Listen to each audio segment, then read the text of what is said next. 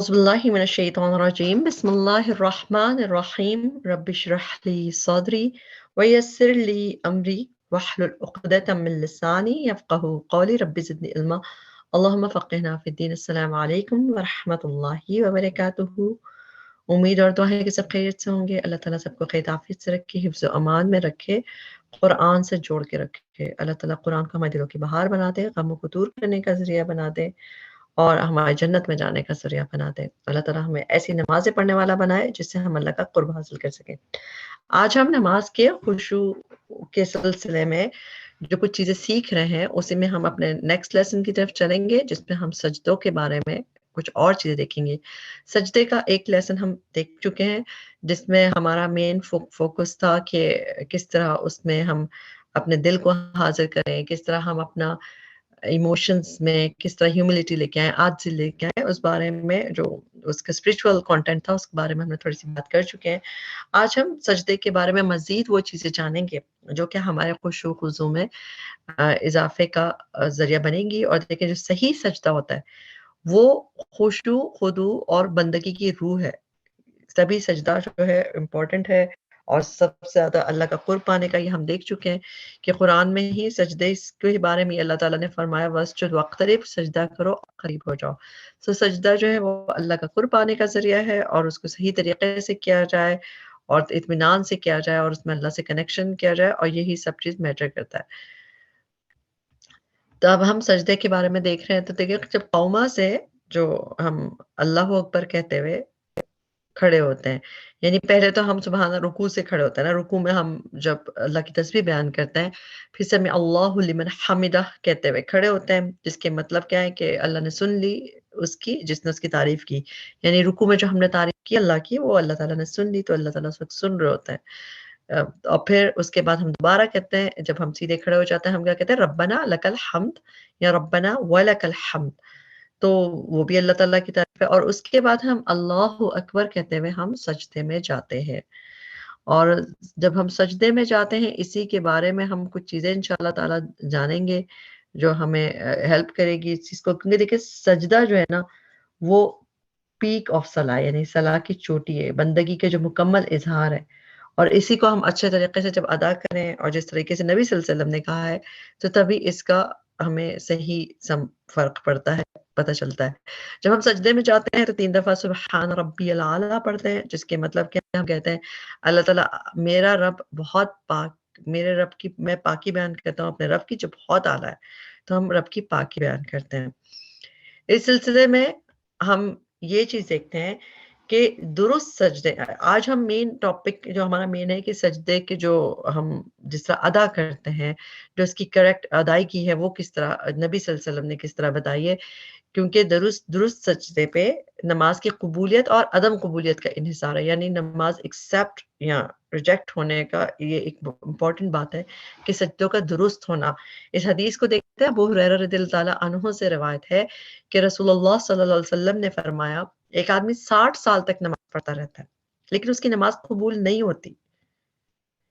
شاید اس کی وجہ یہ ہو کہ وہ رکوع تو پورا کرتا ہو لیکن سجدے مکمل نہ کرتا ہو, اور سجدے تو پورے کرتا ہو لیکن رکوع پورا نہ کرتا ہو. یعنی رکوع اور سجدے اتنے امپورٹنٹ پارٹ ہیں کہ اگر اس کا کریکٹ طریقہ نہیں ہے, وہ کمپلیٹ نہیں ہے, اس میں لکھا ہوا کہ وہ کمپلیٹ نہیں ہے, تو پھر ہو سکتا ہے کہ نماز ایکسیپٹ ہی نہ ہو. تو پھر کتنی امپورٹنٹ بات ہے کہ ہمیں ان کو پورا کرنا ہے, اور پورا کرنا کس طرح پورا کرنا, کچھ چیزیں ایسی ہوتی ہیں جو ہمیں اس پہ دھیان دینے کی ضرورت ہے. اور اگلی ایک اور حدیث دیکھ لیتے ہیں. رسول اللہ صلی اللہ علیہ وسلم نے فرمایا لوگوں میں سے سب سے بدترین وہ ہے جو اپنی نماز میں چوری کرتا ہے. لوگوں نے پوچھا یا رسول اللہ صلی اللہ علیہ وسلم انسان اپنی نماز میں کس طرح چوری کر سکتا ہے؟ آپ صلی اللہ علیہ وسلم نے فرمایا نہ وہ اپنا رکوع پورا کرے اور نہ ہی اپنے سجدے کو پورا کرے. اس میں پھر رکوع اور سجدے کو پورا کرنے کی بات ہے. اور پھر یہاں پہ یہ بھی کہا نبی صلی اللہ علیہ وسلم نے یا کہا کہ وہ اپنے رکوع اور سجدے میں اپنی پشت کو سیدھا نہیں رکھتا. تو بدترین چوری کیا جب انسان اپنے سجدے کو کمپلیٹ نہ کرے. دونوں حدیث ہم نے اسی ریلیٹڈ دیکھی کہ اس کا طریقہ ٹھیک ہونا ضروری ہے. جب ہم اس کو سجدے کی چوری کیا ہوتی ہے کہ جب ہم اس کا جو رائٹ کو فلفل نہیں کریں، یعنی کہ ہم کمپلیٹ نہ کریں اپنے سجود کو اس طرح جو کہ نبی صلی اللہ علیہ وسلم نے بتایا. اس میں ایک اور حدیث ہمیں ملتی ہے، صحیح بخاری کی 793 حدیث ہے. اس میں ایک آدمی نبی صلی اللہ علیہ وسلم کے سامنے نماز پڑھ رہا تھا، اور نماز کے بعد آ کے اس نے جب نبی صلی اللہ علیہ وسلم کو سلام کیا نماز پڑھنے کے بعد، تو آپ صلی اللہ علیہ وسلم نے سلام کا جواب دے کے فرمایا کہ واپس جا کے دوبارہ نماز ریپیٹ کرو کیونکہ تم نے نماز نہیں پڑھی. پھر اس نے دوبارہ نماز پڑھی، اس نے واپس آ کے پھر آپ صلی اللہ علیہ وسلم کو سلام کیا. آپ صلی اللہ علیہ وسلم نے پھر سلام کا جواب دے کے کہا کہ دوبارہ جا کے نماز پڑھو کیونکہ تم نے نماز نہیں پڑھی. اور تھرڈ ٹائم اس طرح ہوا تو پھر آخر اس شخص نے پھر کہا کہ اس ذات کی قسم جس نے آپ کو مبعوث کیا ہے، میں تو اس سے اچھی نماز نہیں پڑھ سکتا، آپ مجھے سکھائیں. تو آپ صلی اللہ علیہ وسلم نے جو اس کو طریقہ بتایا اس میں یہی کہا کہ جب تو نماز کے لیے کھڑے ہو تو پہلے تکبیر کہہ کے پھر قرآن سے جو کچھ سے ہو سکے پڑھ، اس کے بعد رکوع کر اور پوری طرح رکوع میں چلا جا. پھر سر اٹھا اور پوری طرح کھڑا ہو جا، یعنی جو قوما ہوگا وہ بھی بالکل پوری طرح کھڑا ہو جا. پھر جب تو سجدہ کرے تو پوری طرح سجدے میں چلا جا. پھر سجدے سے سر اٹھا کے اچھی طرح بیٹھ جا، دوبارہ بھی اسی طرح سجدہ کر. اور یہی طریقہ نماز کی تمام رکعتوں میں اختیار کر. تو اس میں جو اس کا عربی ٹیکسٹ ہے اس میں بھی دیکھیں ثم مسجد حتی تطمئن ساجدہ، اتنا مطلب تطمئن مطمئن ایک اطمینان کی بات آ رہی ہے کہ اس طرح کمپلیٹ سجدہ کیا جائے. اور وہ آدمی کر رہا ہوگا، جلدی جلدی پڑھ رہا ہوگا، صحیح سے نہیں کر رہا ہوگا، تو نبی صلی اللہ علیہ وسلم نے اس کو طریقہ سکھایا کہ پوری طرح. اور ایک اور جگہ پہ ہمیں روایت ملتی ہے کہ ایک دفعہ ایک آدمی نے نبی صلی اللہ علیہ وسلم کے سامنے نماز پڑھی، اور جب اس نے رکوع کرنا شروع کیا اور اپنے سجدوں میں ٹھونگے مارنے لگا. ٹھونگے مارنا کیا ہوتا ہے کہ جلدی جلدی سجدے کرنا، بس سر زمین پہ مار کے جڑ جاتے ہیں. تو اس نے نبی صلی اللہ علیہ وسلم کے سامنے اس طرح نماز پڑھی تو آپ صلی اللہ علیہ وسلم نے فرمایا کیا تم اس شخص کو دیکھ رہے ہو؟ جو شخص اس حالت میں مر گیا تو وہ محمد صلی اللہ علیہ وسلم کے ملت اور دین پہ نہیں مرے گا، یعنی محمد صلی اللہ علیہ وسلم کے طریقے پہ نہیں مرے گا جو اس طرح مر گیا. نہیں، اور وہ نماز ہی پڑھ رہا تھا، لیکن آپ صلی اللہ علیہ وسلم نے کہا کہ یہ میرا وے نہیں ہے. یہ شخص نماز میں اس طرح ٹھونگے مار رہا ہے جیسے کوا خون کو ٹھونگے مارتا ہے، جیسے کوئی برڈ پیک کرتا ہے زمین پہ کچھ کھانے کے لیے، اس طرح. تو اس طرح اس نے سجدے میں کیا ہے. بلا شبہ شخص کی مثال جو رکوع کرتا ہے اور اپنے سجدوں میں ٹھونگے مارتا ہے، جو یعنی اس بھوکے شخص کی سی ہے جو ایک یا دو کھجوریں کھاتا ہے، تو بھلا وہ اس کو کیا فائدہ دیں گی؟ اس کا مطلب کیا کہ وہ پھر اس کو یہ بھی چیزیں فائدہ نہیں دیں گی کیونکہ اس نے صحیح سے نہیں رکھی. تو اس کے لیے مکمل وضو کیا کرو. خشک رہ جانے والی ایڑیوں کے لیے آگ کا عذاب ہے. رکوع اور سجود مکمل کیا کرو. تو پھر ہم بار بار یہی دیکھ رہے ہیں کہ نبی صلی اللہ علیہ وسلم کا طریقہ اور رکوع اور سجود مکمل کیا کرو. تو اس کے بارے میں انشاءاللہ ہم اس لحاظ سے دیکھیں گے کہ واقعی ہمیں اب اپنے سجدوں اور رکوع کو بہتر کرنے کی ضرورت ہے. اور نبی صلی اللہ علیہ وسلم کی حدیث ہے صحیح بخاری کی 631 حدیث، جس میں نبی صلی اللہ علیہ وسلم نے فرمایا تھا pray as you have seen me praying، صلو کما رأیتمونی اصلی، یعنی ایسے نماز پڑھو جیسے تم مجھے دیکھتے ہو نماز پڑھتے ہوئے.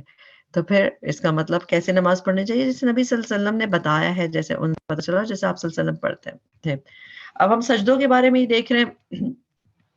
تو اس میں پہلی بات یہ حدیث ہے صحیح مسلم کی حدیث نمبر 1099.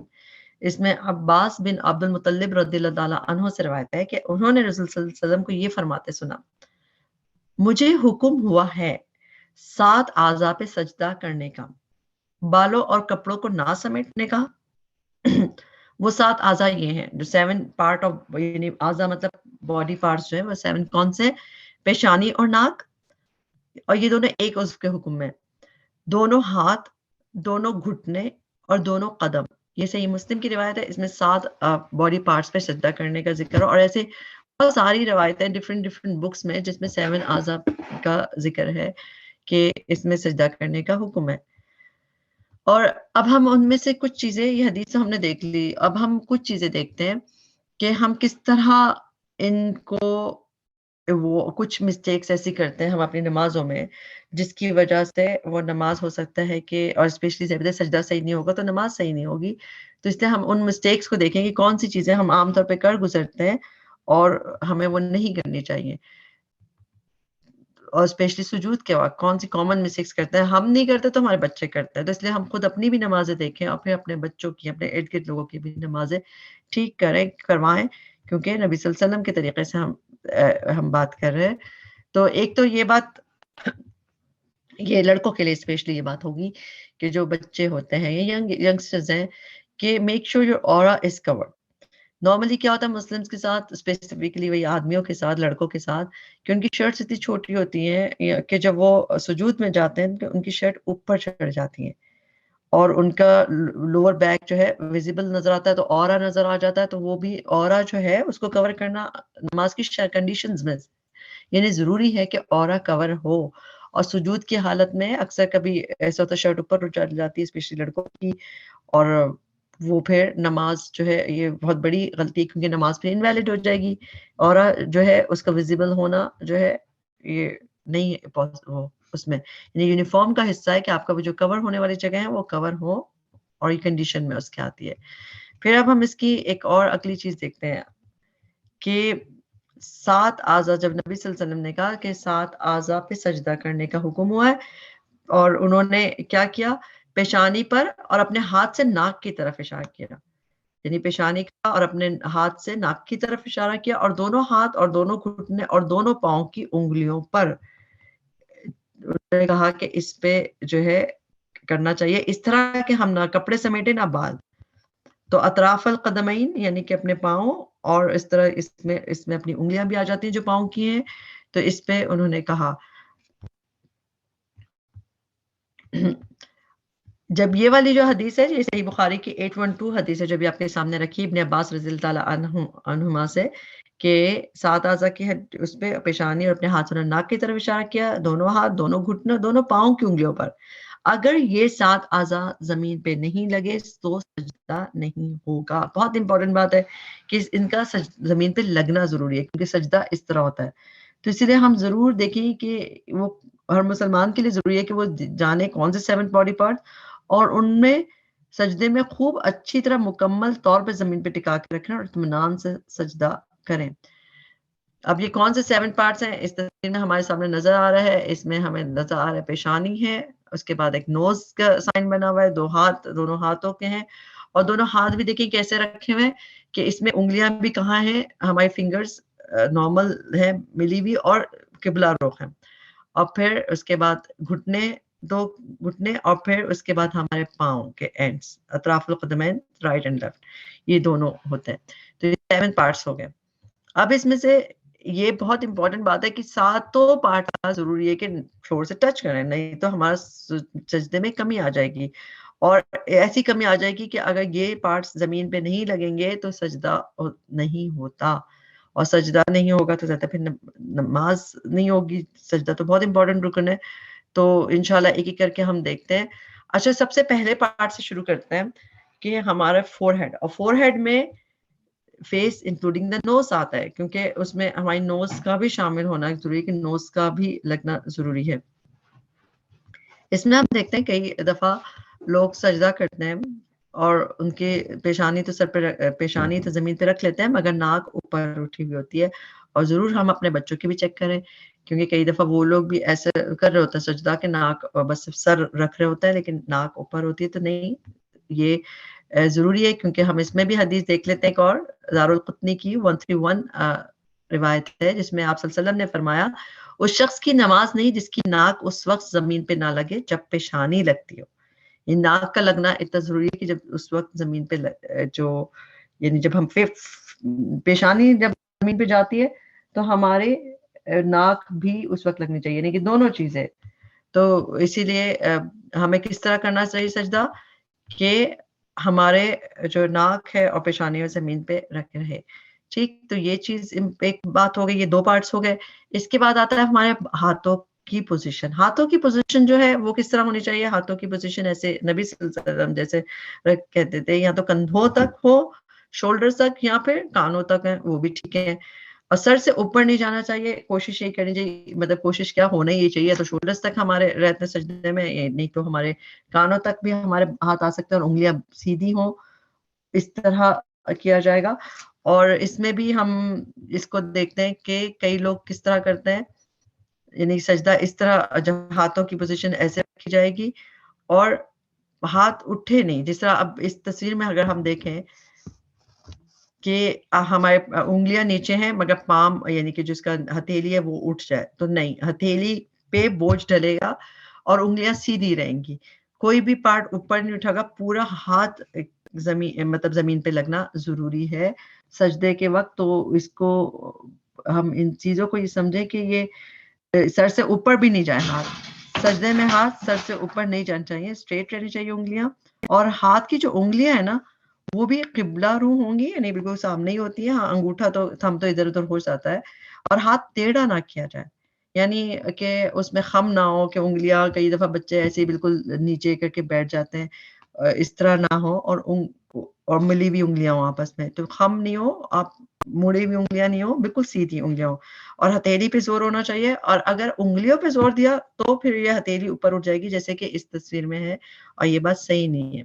ایک اور چیز جو ہمیں ہاتھ کے حوالے سے نبی صلی اللہ علیہ وسلم سے ملتی ہے کہ نبی صلی اللہ علیہ وسلم نے فرمایا کہ سجدوں کو صحیح طریقے سے ادا کیا کرو, اور اپنے فور آرمز کو, یعنی کہ اپنے جو ہمارے فور آرمز ہیں ان کو ایسے فلیٹ نہیں زمین پہ رکھو کہ ایلبوز جو ہے ہم آپ کی ڈاگ کی طرح زمین پہ ٹچ کرے, کتے کی طرح زمین پہ نہ بچھاؤ. تو یہ حدیث کے الفاظ ہیں. اس میں اس تصویر سے پتہ چلتا ہے کہ جو اس طرح کے سجدہ ہے کہ بالکل ہاتھ بچھا ہوا ہے اور کوہنی زمین پہ یعنی لگی ہوئی ہے, تو یہ نبی صلی اللہ علیہ وسلم نے اس کو منع کیا. بلکہ کیا کہا, ایسے کیا جائے کہ آپ کے جو ہے یعنی کہ زمین پہ نہیں بچھے, صحیح سے سجدہ کیا کرو. اس طرح نہیں کرو کہ فور آرم زمین پہ فلیٹ ہو اور ایلبوز ٹچ کر رہا ہو گراؤنڈ کو. تو اسی لیے ایلبوز کا اوپر ہونا ضروری ہے. تو یہ ہاتھوں کے حوالے سے یہ ہمیں حدیث ملتے ہیں. ان سب چیزوں کو ہمیں دیکھنے کی ضرورت ہے. اس کے علاوہ دوران سجدہ کپڑے اور بال سمیٹنے کی ممانعت, ابھی ہم اوپر حدیث میں پڑھ چکے ہیں, ابھی دوبارہ دیکھ رہے ہیں وہی چیز کہ ڈفرینٹ جگہوں پہ جو حدیث ہے کہ اس میں دوران سجدہ کپڑے اور بال سمیٹنے کی ممانعت ہے. تو اس میں ایک اور بات یاد رکھنے کی ضرورت ہے کہ دونوں ہاتھوں کو رکھنا ضروری ہے. کئی دفعہ ایسا ہوتا ہے, یہ زیادہ یہ مسئلہ جو ہے عورتوں کے ساتھ ہوتا ہے, یہ کہ ایک ہاتھ رکھا اور دوسرا رکھا نہیں. کیوں؟ کیونکہ ہم اپنا دوپٹہ سنبھال رہے ہوتے ہیں, گر رہا ہوتا ہے ادھر ادھر, ہم کبھی اس کو ادھر سے پکڑ رہے ہوتے ہیں, یا کئی لوگ جائے نماز کو سمیٹ رہے ہوتے ہیں. اس وقت نہیں, دونوں ہاتھوں کو سجدہ ہونا ہے. اگر سجدہ کیا آپ نے, ایک ہاتھ سے سجدہ کیا اور ایک ہاتھ سے صرف بال سمیٹتے رہے, اپنے دوپٹے کو پکڑتے رہے, تو وہ سجدہ صحیح نہیں ہے, انویلڈ ہو جائے گا, کیونکہ ساتوں کا لگنا ضروری ہے. تو سوچیں, ہر چیز اس لحاظ سے سوچیں کہ یہ سات باڈی پارٹس نہیں لگے زمین پہ تو سجدہ نہیں ہوگا, سجدہ نہیں ہوگا تو نماز نہیں ہوگی. اور سجدہ نماز کا اتنا امپورٹنٹ حصہ ہے. تو ٹھیک, تو ایک ہمیں کیا کرنا ہے کہ دونوں ہاتھوں کو, اب اگر دوپٹہ پھسل رہا ہے, اور یہی بات ہے اس چیز کو سے بھی منع کیا گیا ہے کہ کپڑے اور بال نہ سمیٹے جائیں اس وقت, تو اس لیے پہلے سے اسکارف کو صحیح طریقے سے, یا چادر ایسی ہو کہ جو بار بار نہیں کھلے, یا جارجٹ کا ایسا دوپٹہ نہ ہو کہ جو پھسلے, ورنہ ہو سکتا ہے کہ ہم وہ نماز پڑھ بھی لیں اور انویلڈ ہو جائے, کیونکہ اس چیز کو منع کیا گیا سمیٹنے سے اس طرح دوپٹوں کو بھی. اور دوسری بات, سب سے بڑی بات, اگر ہاتھ ہی ہمارا اس وقت سجدے میں زمین پہ نہیں رہ سکا تو پھر تو اسی لیے ہمیں اس چیز کو انشاءاللہ دیکھنے کی ضرورت ہے. اب ہم نے ہاتھوں کی پوزیشن دیکھ لی, اب ہم پاؤں کی طرف آتے ہیں, کیونکہ ہاتھ کے بعد گھٹنے. اچھا, گھٹنوں کے بعد کیوں نہیں ذکر کیا جا رہا, کیونکہ دیکھیں جب ہم سجدے کے لیے زمین پہ لگیں گے نا, تو گھٹنے تو زمین پہ لگیں گے ہی لگیں گے, اس کے بغیر تو سجدہ ہو ہی نہیں سکتا, وہ تو لگنا ہی ہے. لیکن اس کے بعد جو ہمارا پیر کا ہے, اس میں کچھ چیزیں دیکھ لیتے ہیں کہ کیا ہو جاتا ہے ہم سے, جو کہ ایک مسٹیک ہو جاتی ہے. سجدے کے دوران جب ہم اس پہ مڑتے ہیں تو کبھی یہ معلق ہو جاتے ہیں, ہمارے جو فٹ ہیں, پاؤں ہیں, وہ زمین سے اٹھ جاتے ہیں. آپ کبھی بچوں کے بھی دیکھیں گے تو آپ ایسے دیکھیں گے کہ آگے سجدے میں گرے ہوئے ہیں وہ, اور ان کے پاؤں زمین پہ اٹھ گئے. تو زمین سے اٹھنا نہیں ہے پاؤں کو, کیونکہ یہ ان پارٹس میں سے جن کا زمین پہ لگنا ضروری ہے. تو یہ اس طرح بالکل غلط ہے, اور ہونا کیا چاہیے کہ زمین پہ اس طرح پاؤں کی پوزیشن ہو, کیونکہ 7 بونز والی وہ پوری نہیں ہوگی تو پھر سجدہ نہیں ہوگا. ٹھیک, تو اسی طرح یہ اوپر سے اٹھنا یا معلق ہو جانا, یہ بھی غلط ہے.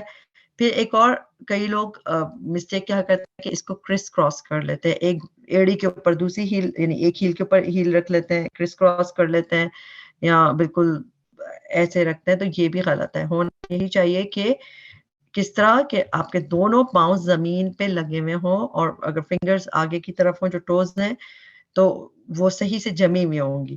تو اس طریقے سے کیا جائے. وہ بھی اس طرح کیسے کیا جائے, پہلی بات کہ feet has to be touching the ground, feet جو ہے زمین پہ ٹچ کر رہا ہوگا ادھر ہی ہوگا. اور دوسری چیز کہ جو ٹوز ہوں گے پاؤں کے وہ بھی قبلہ کی طرف پوائنٹ کر رہے ہوں گے، جیسے اس کو اس طرح موڑا جائے. اور زیادہ ہے کہ یہ چیز کئی دفعہ پریکٹس میں نہیں ہوتی، بہت مشکل ہوتی ہے، مگر وہی بات ہے کہ مشکل کے اللہ تعالیٰ جو ہے ہر ایفرٹ ہمارے دیکھ رہا. اور نبی صلی اللہ علیہ وسلم کا طریقہ یہی تھا، اس طرح کرتے تھے. اور زیادہ ساری ضروری نہیں کہ سارے انگلیاں ہم مڑ سکیں، مگر کم از کم جو بگ ٹو ہے، بڑے انگوٹھے پاؤں کے، وہ ضرور قبلے کی طرف مڑ ہو تو صحیح سجدہ پرفارم ہوتا ہے. ایک اور ہم سے غلطی ہوتی ہے کہ، اور جو بھی ہم دیکھتے ہیں پریئنگ ٹو فاسٹ، پوری نماز ہی ہم جلدی جلدی پڑھتے ہیں، اور اسپیشلی سجدے میں ایک سجدے میں گرتے ہیں، بالکل لگتا ہے رکوع سے سجدے میں گر گئے، یعنی کہ قوم سے سجدے میں گر گئے، پھر سجدے سے اٹھے، پھر دوبارہ گر گئے، تو بالکل گرنے والی آوازیں بھی آتی ہیں، اسپیشلی بچوں کی تو بہت زور زور سے آواز آتی ہے. اور ہم بھی ایسے ہی کر رہے ہوتے ہیں، جلدی جلدی فاسٹ پڑھتے ہیں.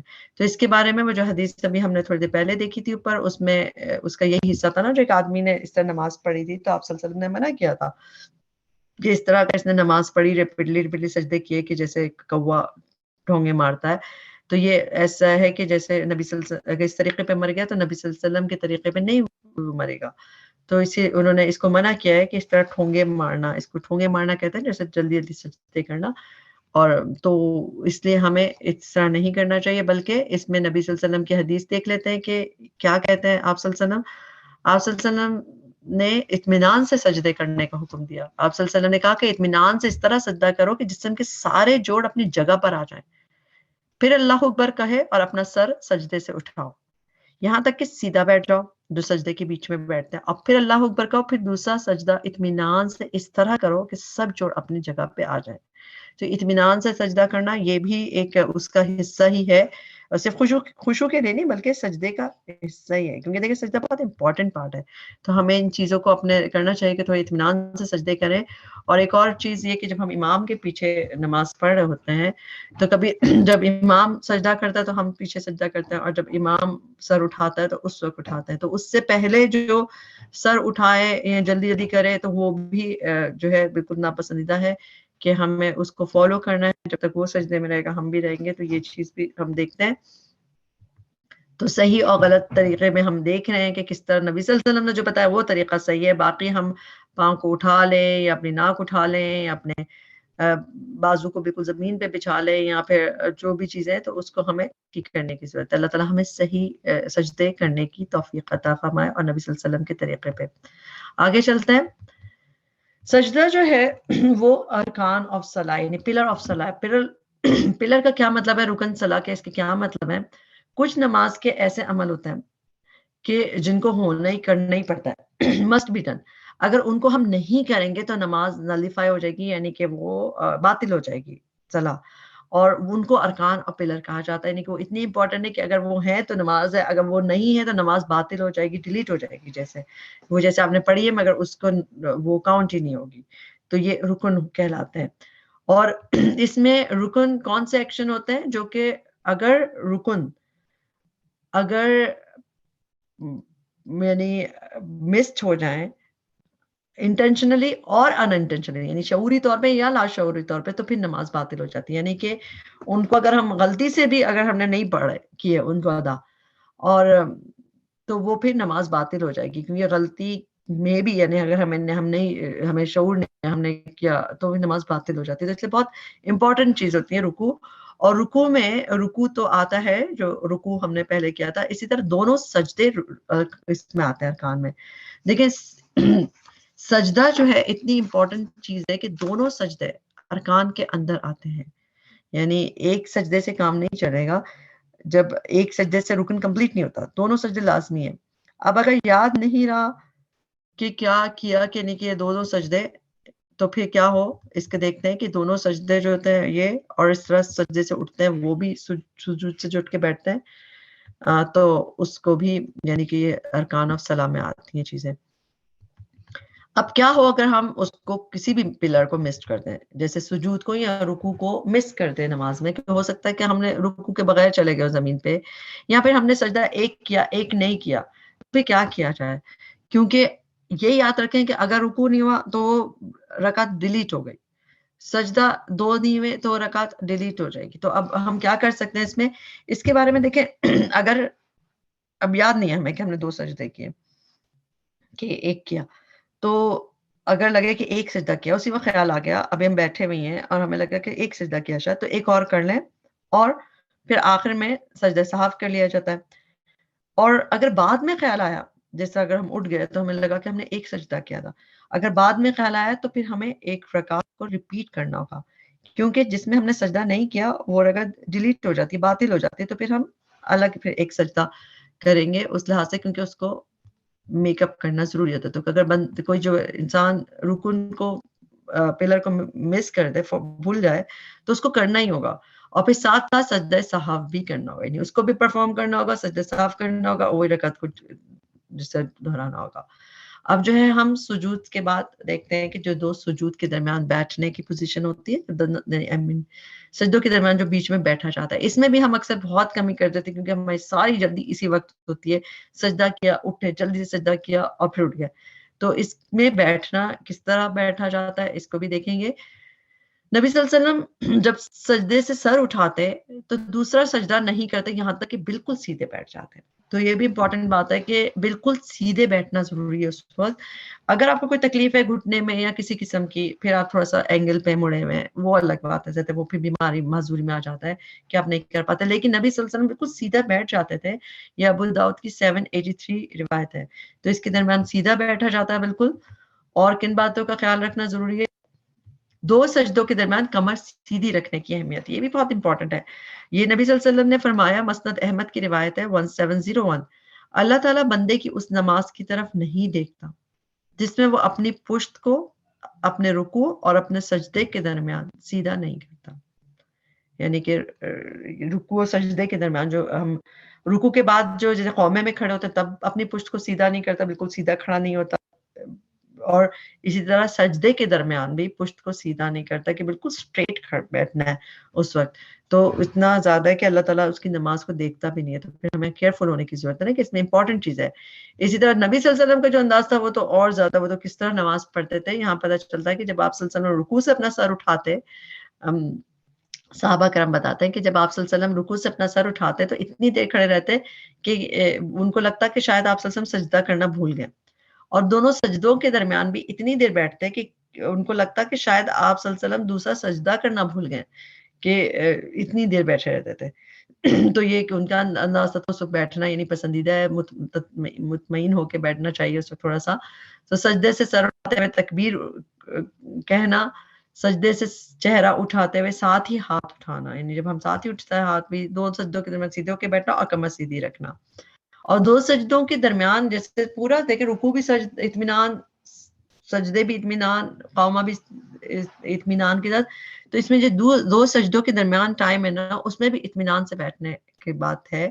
اس حدیث میں ہم دیکھ رہے ہیں کہ آپ صلی اللہ علیہ وسلم نے کہا کہ جب سجدہ کرو یہاں تک کہ پوری طرح اطمینان سے سجدہ کرو، پھر سر اٹھاؤ یہاں تک کہ اطمینان سے سیدھے بیٹھ جاؤ. تو اس کو جو ہے جلسہ کہا جاتا ہے، کہ جاتے بیٹھنے کو جلسہ کہا جاتا ہے. اور اس میں بھی پوزیشن ہوتی ہے، دونوں پاؤں پہ بیٹھنا بھی ٹھیک ہے، اور ایک پاؤں کو کھڑا کر کے دوسرے پاؤں پہ بیٹھنا بھی ٹھیک ہے. اور اس میں ایک چیز ہے کہ یہ اس طرح بیٹھنا صحیح نہیں ہے. اس میں جو 2 پوزیشنز ہیں کہ یا تو پاؤں کو باہر نکال دیا جائے اور سیدھے اپنے بیک پہ بیٹھا جائے، تو اس چیز سے منع کیا نبی صلی اللہ علیہ وسلم نے کہ زمین اس طرح نہیں بیٹھا جائے گا، دونوں پاؤں ادھر ہوں اور خالی بیک پہ. اور اسی طرح اس طرح بھی نہیں بیٹھا جائے گا کہ دونوں پاؤں کو کرس کراس کر کے اس کے اوپر بیٹھ جائے. کرس کراس نہیں ہونا، پاؤں کا جو ہے دونوں پاؤں کو اپنی جگہ پہ ہونا ضروری ہے، سیدھے سے صحیح پوزیشن اس کی اس طرح ہوتی ہے. تو یہاں پہ ہم نے اس کے طریقے کو پڑھا. اللہ تعالیٰ ہمارے لیے بہت آسانی کرے کہ جو ہم سیکھیں اور اللہ تعالیٰ ہمیں صحیح سے سجدہ کرنے والا بنائے. اچھا، اس پہ ہم ایک چیز دیکھتے ہیں کہ جو کم لوگ کرسی پہ نماز پڑھتے ہیں، کیونکہ وہ سجدہ اطمینان سب ہم جب سب کہہ رہے ہیں کہ اس میں کریں، تو لیکن جو کمزوری ہے یا بڑھاپا ہے یا تکلیف ہے کہ نہیں کر سکتے چیزیں، تو اور لوگ کرسی پہ نماز پڑھتے ہیں، تو پھر ان کے لیے کیا حکم ہے؟ تو ان کے لیے بھی ہوتا ہے، کیونکہ کئی لوگ اس بات پہ اداس ہوتے ہیں. سجدوں کی قدر جو ہے نا، واقعی ان سے پوچھیں ہم جو سجدے زمین پہ نہیں کر سکتے. جو لوگ کر سکتے ہیں تو شکر کریں اس پہ کہ کر سکتے ہیں، اور صحیح سے کرنے کی توفیق دیں جب تک اللہ تعالیٰ نے مہلت دی ہوئی ہے.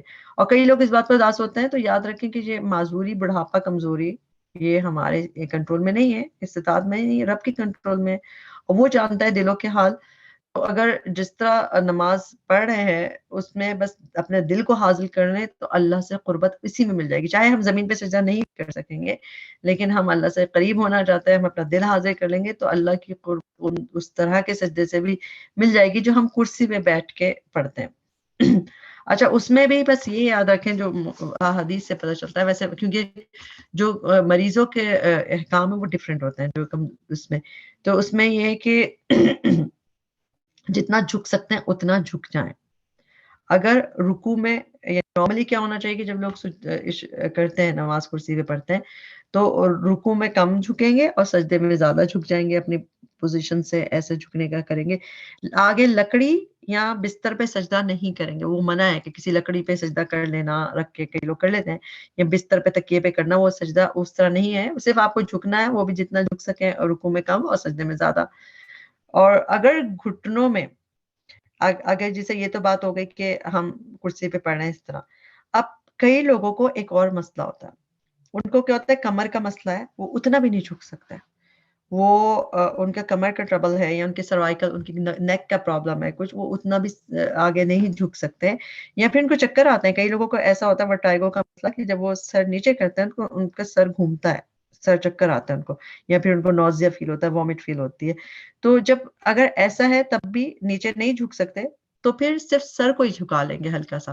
یعنی اگر ہم خود آگے سے نہیں جھک سک رہے, بیماری کے جو ڈفرینٹ وہ ملتے ہیں کہ جب آپ آگے نہیں جھک سکتے کسی وجہ سے, تو پھر اس کرسی میں نماز میں بھی صرف سر کو جھکا لیں, تب بھی سجدہ اور یہ رکوع ہو جاتا ہے. اور اصل بات یہ کہ ہم اللہ تعالیٰ کے آگے جھک جائیں, ہمارا اندر سے ہم اللہ کے آگے جھک جائیں, تو اشارے سے سجدہ کر لیں جیسے والی بات ہے.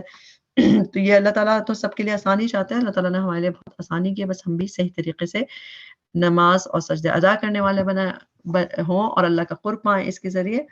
اللہ تعالیٰ ہم سے قبول کرے جو بھی ہم نے کوشش کی اور جو بھی ہم کوشش کرتے ہیں, اللہ تعالیٰ ہمیں بہترین سجدے کرنے والا بنائے اور اپنا قرب عطا فرمائے. ربنا تقبل منا انک انت السمیع العلیم وتب علینا انک انت التواب الرحیم.